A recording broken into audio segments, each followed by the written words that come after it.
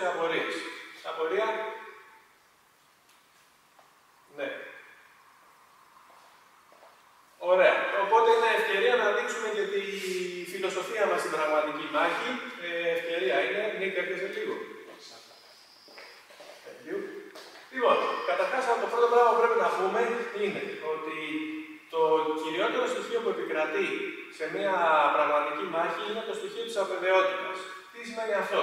Ότι δεν γνωρίζω ο αντίπαλός μου ούτε αν κάνει πολεμική τέχνη, ούτε αν δεν κάνει, κατά συνέπεια δεν ξέρω αν θα με χτυπήσει με ευθεία γροθιά, με κυκλική γροθιά, με κλωτσοπατινάδα, δεν έχω ιδέα γιατί θα με χτυπήσει. Άρα αυτό σημαίνει αβεβαιότητα. Δεν με απασχολεί όμως, διότι το σύστημά μου, το Wing Chun, μου προσφέρει εργαλεία τέτοια, ώστε εγώ μπορώ να κάνω αυτό που έχω να κάνω, χωρίς να με απασχολεί αν ο αντίπαλος θα με χτυπήσει. Δηλαδή, οι ενέργειές μου εμένα με τα εργαλεία του Wing Chun είναι τέτοιες, ώστε ο αντίπαλος έχει τις ελάχιστες πιθανότητες να με πετύχει. Ναι. Για να το δείξουμε τώρα αυτό, μια και το ρωτήσαμε, θα κάνουμε μια αρχάρη μέθοδο επίθεσης. Ναι. Για να δούμε τα καινούργια παιδιά. Εσείς οι προχωρημένοι που έχετε κάνει και τις προχωρημένες, ξέρετε ότι με την προχωρημένη δεν μπορεί άλλος να κάνει τίποτα. Θα δούμε όμως ότι και με την αρχάρια αυτή είναι ακόμη πάλι ο αντίπαλος δεν έχει και πολλά περιθώρια να με χτυπήσει. Άρα, επίσης να πούμε ότι κατά τη μάχη ο αντίπαλος δεν πρέπει να είναι στατικός. Ο αντίπαλος θα κινείται, θα πηγαίνει μπροστά, πίσω, αριστερά, δεξιά κτλ. Δεν με απασχολεί εμένα αυτό. Πού θέλω να καταλήξω? Είναι λάθος αυτό που λένε διάφοροι, ότι εγώ θα πρέπει να βλέπω τον αντίπαλό μου. Τι κινήσεις κάνει, ποιο πόδι λένε έχει μπροστά, ποιο έχει πίσω κτλ. Και ότι ανάλογα πρέπει και εγώ να προσαρμόζομαι. Λάθος. Δεν το κάνω αυτό το πράγμα, γιατί όπως θα ξέρετε, ειδικά εσείς που έχετε κάνει τόσα χρόνια box και αγώνες κτλ., ο αντίπαλος αλλάζει τόσο πολύ στη μάχη που αν εγώ κάθομαι να βλέπω τι έχει μπροστά, άρα να αλλάξω πόδια και να αλλάξω χέρια κτλ., καληνύχτα. Το Wing Chun τι μου δίνει? Μου προσφέρει τη δυνατότητα ό,τι και να κάνει ο αντίπαλος, σε λίγο, θα σας πω, ό,τι και να κάνει ο αντίπαλος, εγώ να μπορώ να έχω συγκεκριμένο πράγμα με βάση το τι θα δω μπροστά μου, να ανοίξω το manual, όπως λέει ο Παναγιώτης, του Wing Chun και να δω ότι σε αυτή την περίπτωση πρέπει να κάνω αυτό. Τα πράγματα που κάνω είναι τόσο αναλυμένα μέχρι να ιδίαση, όπως λέω εγώ, ώστε ξέρουμε ότι σε αυτή την περίπτωση πρέπει να κάνω αυτό για συγκεκριμένο λόγο, όπως θα δούμε, και όχι το άλλο. Πάμε τώρα να δούμε λοιπόν τον αντίπαλό μας, έστω και έχω τον αντίπαλό μου τον Νίκο, ο οποίος παίρνει μια θέση μάχης. Πήρε τη θέση μάχης του. Sorry πάλι. Για τους λόγους της ανάλυσης τώρα, υποθέτω ότι δεν έχω πόδια. Αν είχα πόδια, τα πράγματα θα μου ήταν εξαιρετικά εύκολα. Για λόγους λοιπόν ανάλυσης θα με δυσκολέψω και να θεωρήσουμε ότι δεν έχω πόδια. Για και μία ώρα να πιέζω το πόδι.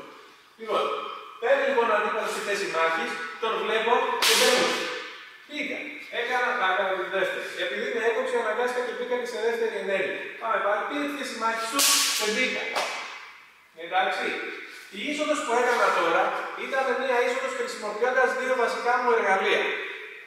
Μην κοιτάτε το δεύτερο σκέλος που μπήκαμε corrected side back και με άντιλα, θα τα πούμε σε αυτά. Ο τρόπος που μπήκα ήταν με δύο βασικά μου εργαλεία. Το ένα μου χέρι έκανε τζάτσαο και το άλλο μου χέρι έκανε φούνχαο. Ή οι άλλοι το λένε φάτσαο, καλά από το όνομα της κακομοίρας, δεν ας καλώσουμε εκεί. Πάμε να δούμε τώρα, με αυτά τα δύο βασικά εργαλεία, με αυτόν τον τρόπο που μπήκα, και τονίζω ότι μπήκα με τέτοιο τρόπο, επειδή ο Νίκος έτυχε και τον είδα να κάθεται σε συγκεκριμένη στάση. Αν ήταν σε άλλη στάση, θα πέραμε άλλη είσοδο. Εντάξει, έτσι, τώρα να κάτσει έτσι. Λοιπόν, πάμε να δούμε τώρα, είμαι διασφαλισμένος την ώρα που κάνω αυτή την είσοδο? Για να δούμε. Το μπροστά χέρι λοιπόν του Νίκου, εκεί δεν με απειλεί. Δεν μπορεί ας πούμε να μου κάνει μια χαμηλή γροθιά, γιατί αν μου έκανε χαμηλά, έχω τον τζάτσα μου που καθαρίζει αυτό το φάσμα εδώ, οπότε χαμηλή από κάτω δεν μπορεί να με χτυπήσει. Αν μου είχε ευθεία, πάλι θα μάζευα από ό,τι θα γινόταν το ίδιο πράγμα.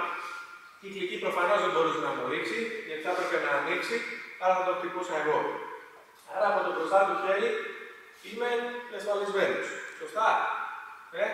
Ωραία.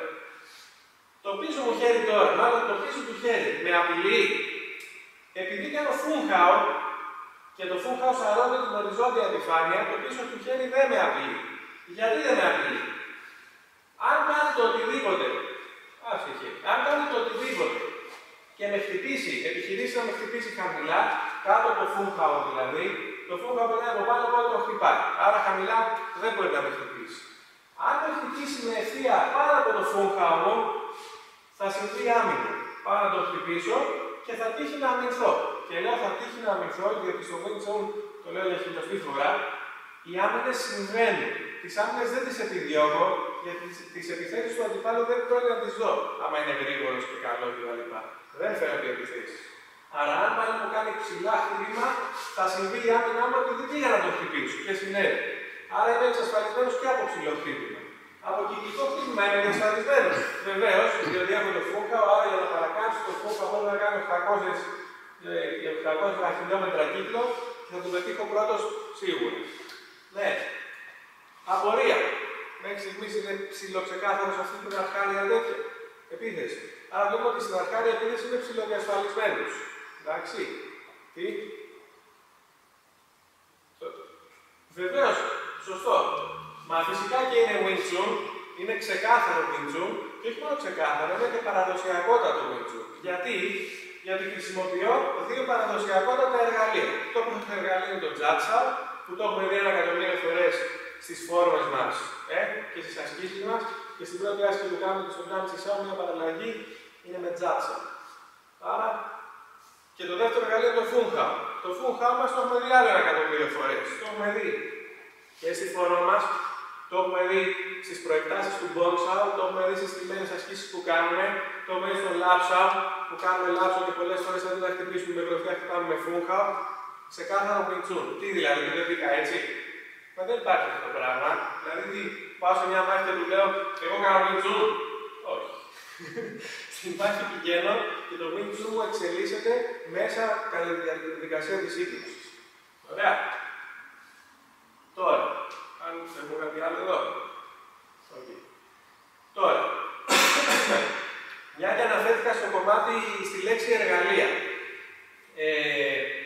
Να τονίσουμε εδώ το σημαντικότερο κομμάτι που είναι η ανάπτυξη των εργαλείων μας. Ωραίος είναι ο τρόπος με τον οποίο επιτίθενται στον αντίπαλο, γιατί χρησιμοποίησαν τώρα συγκεκριμένα δύο εργαλεία, είπαμε. Το ζητούμενο όμως είναι ότι όταν θα φτάνω στη μάχη, τα εργαλεία μου αυτά πρέπει να είναι τέλεια. Και πώς φτιάχνω τέλεια τα εργαλεία μου, δύο τρόπα. Ο ένας τρόπος είναι να εκτελώ τις φόρμες μου με πλήρη ακρίβεια, με διαλογισμό όχι προσευχές και επικλήσεις για τις φυλακίες, με διαλογισμό πώς θα εκτελέσω σωστά την κάθε μου κίνηση και τι κάνει κάθε μου κίνηση. Έτσι, με αυτόν τον έναν τρόπο φτιάχνω εργαλεία. Ο δεύτερος τρόπος είναι οι στημένες ασκήσεις που κάνω εδώ πέρα. Οι στημένες ασκήσεις προκαλούν συνεχή επανάληψη συγκεκριμένων κινήσεων, γι' αυτό είναι στημένες, για να μας αναγκάσουν να κάνουμε συνέχεια το ίδιο πράγμα και να μπορέσουμε να αναπτύξουμε μυϊκή μνήμη. Παράδειγμα στημένης άσκησης είναι και το Lapsao που κάνουμε αρχικά. Και λέγοντας τώρα για σωστά εργαλεία, θα δώσω ένα παράδειγμα του τι γίνεται όταν το εργαλείο μας είναι λάθος. Έστω λοιπόν ότι δεν έχουμε προπονήσει σωστά τα εργαλεία μας και τα εργαλεία μας είναι στο περίπου. Πάμε λοιπόν να δούμε ποιο θέλετε, ποιο εργαλείο να κάνουμε λάθος. Να κάνουμε το Jat ή το φούγχαο. Ποιο να κάνουμε, θα κάνουμε το φούγχαο. Έστω λοιπόν ότι το Jat θέλετε, το φούγχαο κάνουμε. Έστω λοιπόν ότι δεν έχω προπονηθεί καλά και δεν έχω αναπτύξει καλά το εργαλείο του φούγχαου. Το εργαλείο του φούγχαου πώς το αναπτύσσουμε. Εμείς έχουμε κάνει 1.000.000 ασκήσεις. Μία από τις ασκήσεις αυτές είναι και η άσκηση του Lapsao. Όταν κάνουμε Lapsao με τον αντίπαλο, με τον συμμαθητή μας, που κάνεις εσύ την κίνησή σου, ναι, τι μαθαίνουμε, έχουμε πει ότι το Bonsao μας πρέπει να είναι ψηλά, δηλαδή δεν θέλω και αλλάζω τα χεράκια μου και γυρίζω και αλλάζω τα χεράκια μου και κάνω τέτοια πράγματα. Όχι, ό,τι κάνω πρέπει να είναι μελετημένο και ακριβώς. Όταν λοιπόν ο Νίκος λαπάρει και κάνω εγώ τον πόνο μου, πρέπει να έχω μάθει ο αγώνας μου να είναι ψηλά και προς τα μπρος. Ναι, μόνο έτσι θα αναπτύξω μυϊκή μνήμη και θα καταλάβω ότι ο αγώνας μου πρέπει να είναι πάνω. Αν δεν το έχω μάθει αυτό και πάω και μάθω το φούγχαο όπως το κάνουν διάφοροι που κάνουν φούγχαο έτσι, βέβαια υπάρχει το φούγχαο το ελεκτικό της κούκλας, άλλο αυτό που πάω εκεί, δηλαδή έχω την τάση να πλατιάζω. Αν ο άλλος λοιπόν αν έκανα λάθος και είχα μάθει το φούγχαο όπως το κάνουν πολλοί και το κάνουν έτσι, τι θα μπορούσε να έχει συμβεί. Πάρα πολύ τέτοιες μάχες. Πώς κινήσουμε έτσι, έτσι. Λοιπόν, μπουκάρω λοιπόν εγώ στον αντίπαλο και τυχαίνει και του κάνω φούγχαο με το λάθος τρόπο γιατί δεν το έχω μάθει καλά. Λάθος εργαλείο δηλαδή. Έστω λοιπόν ότι ο αντίπαλος ομιγέννητο, γιατί ποτέ δεν ξέρουμε ο αντίπαλος τι επίθεση θα μας κάνει, έστω ότι λοιπόν ο αντίπαλος είχε αποφασίσει στο timing εκείνο να μου κάνει αριστερό κροσέ. Hook. Να μου κάνει δηλαδή κυκλική αριστερή. Και την ώρα που το κάνω εγώ φούχαο, μου ήρθε και αυτός. Και να ήταν και πιο κλειστή. Ναι, δηλαδή να μην είχε κύκλο μεγάλο, μικρό κύκλο. Θα τον είχαμε κείμενο εγώ, τον πετυχαίνω μεν, κάνω τα δόντια μου δε. Άρα το κακό μου εργαλείο δεν με εξασφάλισε στην επίθεσή του. Και έχω πιθανότητα μεγάλη να τη φάω. Όταν όμως έχω μάθει το εργαλείο μου καλά και εγώ με τον αγώνα κανονικά, τότε ο αντίπαλος δεν έχει περιθώρια γιατί καταρχάς ο αγώνας μου ψηλά και καλύπτει τη μάπα μου. Και δεύτερον, για να με παρακάμψει πρέπει να κάνω 800 χιλιόμετρα κύκλο. Άρα πάλι θα τον χτυπήσω. Αυτό είναι ένα παράδειγμα σωστού και λάθος εργαλείου. Ποιο? Για το φούγχαο. Όχι, θα σας δείξω το στο άντερλα. Αν είδατε πριν, όταν έκανα την επίθεση την πρώτη νομίζω, μπήκα εδώ. Εδώ λοιπόν, επειδή η ενέργεια που αισθάνομαι είναι συγκεκριμένη, σε μία περίπτωση δεν έκανα correct inside back και στην άλλη έκανα άντερλα. Και λάτσα. Θα το κάνω πιο αναλυτικά για να το δούμε και καινούριο. Λοιπόν, όταν κάνουμε πάλι, ξαναγυρίζω λίγο στην άσκηση του λάψα. Όταν κάνουμε την άσκηση του λάψα, έχουμε μάθει ότι ένα από τα πιο σημαντικά πράγματα είναι να μάθουμε ο αγώνας μας να είναι μέσα. Ποτέ δεν κάνω λάπ έτσι, ανοίγοντας τον αγώνα. Είναι λάθος. Πρέπει να μάθουμε να πάρουμε τον αγώνα μέσα. Ναι. Και γι' αυτό άλλωστε έχουμε και το στημένο σενάριο που πάω να κάνω εγώ λάπ και αυτός με χτυπάει από κάτω. Από κάτω. Και μαθαίνω εγώ να κλείνω. Ναι, για να μου γίνει βίωμα ότι οι αγώνες μου πρέπει να είναι κλειστοί. Αν λοιπόν αυτό δεν το έχει προπονήσει κάποιος και δεν έχει κάνει το λάψο με συγκεκριμένο τρόπο, δεν θα έχει μάθει να τα πάρει με τον αγώνα κλειστά. Τι συνέπεια θα έχει αυτό? Έστω λοιπόν ότι εγώ πήγα στον Νίκο, αισθάνομαι αυτή την πίεση και πάω για άντερλα. Ο Νίκος τώρα επειδή έχει λάτσαο υποτίθεται, το λάτσαο τι σημαίνει? Έχει πρόσθετη ενέργεια προς τα πάνω μου. Και συγκεκριμένα στη μάπα. Ναι, θέλει, έχει λάτσαο. Μην φοβάσαι, τι υπάρχει εδώ, εκεί. Τώρα έχει λάτσαο. Επειδή λοιπόν ο Νίκος έχει λάτσαο, θέλει να με χτυπήσει. Έστω λοιπόν ότι εγώ κάνω λάθος άντερλα, με τον αγώνα ανοιχτά. Την έβαλα. Ναι, γιατί είχα ανοιχτό τον αγώνα. Ενώ γιατί έκανα λάθος λάψα τόσο καιρό. Νόμιζα ότι κάνω λάθος, δεν έκανα τίποτα. Ενώ αν έχω φτιάξει τον αγώνα μου σωστά, μπαίνω πάλι στον αντίπαλό μου, όσο δύναμη και να βάλει, ό,τι και να κάνει ο αντίπαλος, εγώ κύριος, χωρίς δύναμη, χωρίς τίποτα, τον έχω εκπέμψει, έχει πάει αλλού, τον έχω χτυπήσει εύκολα. Κατανοητό. Ωραία. Άρα ξεκάθαρα αυτό το κομμάτι με τα εργαλεία. Ερωτήσεις. Λοιπόν, εντάξει και αυτό με τα εργαλεία. Άρα λοιπόν αυτή είναι η διαφορά, το κάνουμε σωστό winchar με λεπτομέρειες, με εργαλεία όπως προβλέπετε, ό,τι λέει το manual που λέει ο Παναγιώτης, και η διαφορά με το άλλο που κάνουμε στο περίπου winchar και είναι εκτεθειμένος. Ως είσοδο. Πάξαω γροθιά απ' έξω. Ωραία. Ωραία πολύ. Ναι, φυσικά. Σαν είσοδος εννοείς το πάξαω γροθιά. Δηλαδή είμαστε διασταυρωμένοι και χτυπάω. Ναι. Σαν είσοδος βεβαίως και υφίσταται. Δεν μπορεί να πει κανείς ότι δεν υφίσταται. Είναι μια πολύ καλή είσοδος. Αλλά χρειάζεται προϋποθέσεις. Έχει δηλαδή εντός εισαγωγικών δύο βασικά μειονεκτήματα. Το πρώτο βασικό μειονέκτημα είναι οι προϋποθέσεις. Χρειάζεται προϋποθέσεις απόστασης, διασταύρωσης, για να έχει νόημα να με εμποδίζει κάποιος και να έχει νόημα να παραμερίζω, να κάνω πάκι και να χτυπήσω. Και το δεύτερο και βασικότερο μειονέκτημα εντός εισαγωγικών είναι ότι υπάρχουν τεχνικές που είναι πολύ ανώτερες από το pack down. Μέχρι αύριο μπορώ να σου λέω τεχνικές. Να σου πω μία, βέβαια, γιατί όχι. Τεχνική λάψα. Το λάψα. Καταρχάς, για να δούμε αν μια τεχνική είναι ανώτερη από μια άλλη, δεν χρειάζεται πολλή φιλοσοφία, ούτε μπλα μπλα κτλ. Αρκεί να κάνουμε τις δύο τεχνικές, να τις εκτελέσουμε και τις δύο ταυτόχρονα και να δούμε ποια υπερτερεί. Έτσι λοιπόν δεν έχουμε διασφαλιστεί και ο Νίκος θα κάνει την τεχνική του πάξα οροφιά και εγώ θα κάνω του λάψα. Ωραία. Την εκτελούμε λοιπόν ταυτόχρονα, κάνει λοιπόν αυτό το πάξα και θα κάνω το λάψα. Με τις υγείες. Ποιος κέρδισε, προφανώς κέρδισε το λάψα. Ναι, γιατί το λάπ τραβάει. Οπότε, ανεβεί αυτό που λέγαμε πριν που μιλούσαμε άλλη μια ώρα. Λοιπόν, και άλλη θέση. Άλλη τεχνική να σου πω. Θα κάνουμε άλλη μία. Θέλει. Πάξα ο ένας, λάψα ο άλλος.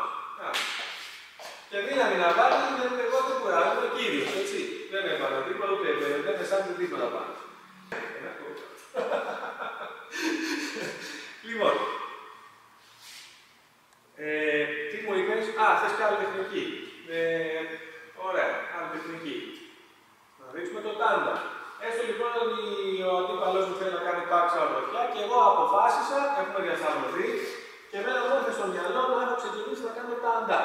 Ναι, πάμε λοιπόν να κάνει ένα στο πάξα του και εγώ το τα αντά. Ποιος κερδίζει, ξανακάνουμε, δυνατά. Δεν γίνεται να με κερδίσει. Γιατί δεν γίνεται, διότι δομικά το τάνσαο, επειδή έχει την παλάμη πάνω, άρα τον αγώνα μέσα, σε εξωτερικό σπρώξιμο είναι πολύ πιο ισχυρό από το πάξαο που τον αγώνα έξω. Λογικό. Δεν γίνεται να με κερδίσει. Άρα και το τάντα είναι ανώτερη τεχνική από το πάξαο οροφιά. Και άλλη θες. Σου λέω δεν γράμμα τώρα στο γρήγορο. Υπάρχουν άλλες 7-8 τεχνικές. Άλλη τεχνική. Που να είναι καλύτερα το πάκτα. Δεύτερη φόρμα. Η δεύτερη φόρμα έχει ένα σημείο. Εσείς έχετε κάνει δεύτερη φόρμα. Εντάξει, εσείς δεν το έχετε κάνει, δεν πειράζει, δεν το δείτε, δεν είναι κακό. Υπάρχει λοιπόν η τεχνική αυτή. Αυτή η τεχνική στη φόρμα μεν θέλει να μας δείξει ως νοοτροπία ότι κυνηγάω τον αντίπαλο που κινείται προς τα εκεί, μετά ο αντίπαλος μου φύγε προς τα εκεί, άρα τον κυνηγάω, και μετά μου φύγε προς τα εκεί, άρα τον κυνηγάω. Αυτό θέλει να μου δείξει ως νοοτροπία, αλλά εκτός από αυτό θέλει να μου δείξει και τα εσωτερικά διασταυρούμενα χέρια. Άρα, έστω ότι έχω διασταυρωθεί με τον αντίπαλό μου εκεί. Και αυτός θα μου κάνει πάξα οροφιά. Προσέξτε, τώρα θα τον αφήσω να το κάνει και πρώτος. Μάλιστα. Ναι, να το κάνει και πριν από μένα, δεν το κάνω ταυτόχρονα. Ξεκινάει λοιπόν ο Νίκος, μου κάνει πάξα οροφιά και έφτιαξε μάλλον. Άρα, ποια τεχνική είναι ανώτερη, μάλλον πάλι αυτή η τεχνική. Ναι, ανώτερη από το πάξα. Φτάνουν τις τεχνικές αντί πάξα, να ξημερώσουμε. Πάμε παρακάτω. Απορία άλλη πριν κλείσουμε. Ναι, για πες. Ότι επειδή το τάντα να έμπαινα όταν μπήκα πριν. Κατά πολύ ωραία ερώτηση. Λοιπόν, λέει ο συμμαθητής, δεν ακούτε από εκεί κάτω, λέει ο συμμαθητής μου πολύ σωστά. Πριν λέει φίλε που μπήκες με το Τζάτσμα και Φουχάου και σε βρήκε ο άλλος και σε έκοψε, γι' αυτό δεν λες, γιατί δεν έκανα ταντά και έκανα παξαό. Πολύ σωστά, ναι. Λέει λοιπόν ο συμμαθητής. Αφού το τάντα λέει είναι πιο ισχυρό από το παξαό, γιατί πριν που σε έκοψε συνέχισε με παξαό και δεν έκανες ταντά. Σωστότατο. Βεβαίως δεν θα μπορούσα να κάνω ταντά. Εσείς άλλωστε πέρυσι αυτό δεν δουλεύατε. Ότι σε έκοβε εδώ και μετά από εδώ επιλογή είχες και ταντά. Βεβαίως, ισχύει. Αλλά το τάντα δεν είναι η τέλεια επιλογή. Γιατί δεν είναι η τέλεια επιλογή. Έστω λοιπόν ότι πήγα εγώ στον Νίκο, με έκοψε αυτός, ναι, και από εδώ εγώ αποφασίζω να κάνω ταντά. Αντί λοιπόν να κάνω correct inside back, άλλοι το λένε αλλιώς, αλλά μην βλέπουμε τα ονόματα τώρα, ναι, αποφασίζω να κάνω ταντά. Γροθιά, ταν. Φυσικά, μια χαρά τεχνική. Όμως ο Νίκος, επειδή έχει λάτσαο και επειδή στη δεύτερη φόρμα, αν θυμόσαστε προς το κλείσιμο, εσείς που έχετε κάνει δεύτερη φόρμα, προς το κλείσιμο έχουμε την τεχνική που σηκώνουμε το χέρι προς τα πάνω βιαστικά. Αυτή η τεχνική μεταξύ πολλών άλλων, είναι μια τεχνική που σου δείχνει ένα πράγμα, σου δείχνει πολλά. Ένα από τα πολλά πράγματα που έχουμε πει ότι σου δείχνει είναι και η τάση να γυρίσουμε κατευθείαν στο πρόσωπο του αντιπάλου. Αν λοιπόν εδώ ο Νίκος, την ώρα που θα του κάνω εγώ ταντά, έχει την τάση να πάει προς το πρόσωπό μου δυνατά, ειδικά άμα είναι και πιο κοντός από μένα. Πάμε. Θα με φέρει το χειρότερο για μένα σε ισορροπία. Το χειρότερο, το καλύτερο για μένα σε ισορροπία. Αν το κάνω σωστά το τάνι, με κλεισά τη γροθιά μου, με κλεισά τον αγώνα και δεν το κάνω σαν χαζός έτσι που κάνουμε μερικοί που δεν τόνουν τη γροθιά, θα τη φάω εκεί. Αν την κάνουμε έλεγχο, το καλύτερο για μένα θα είναι να έρθω σε ισορροπία. Πάντως δεν θα το χτυπήσω. Τι σημαίνει αυτό, ότι έχασα την ευκαιρία της ζωής μου.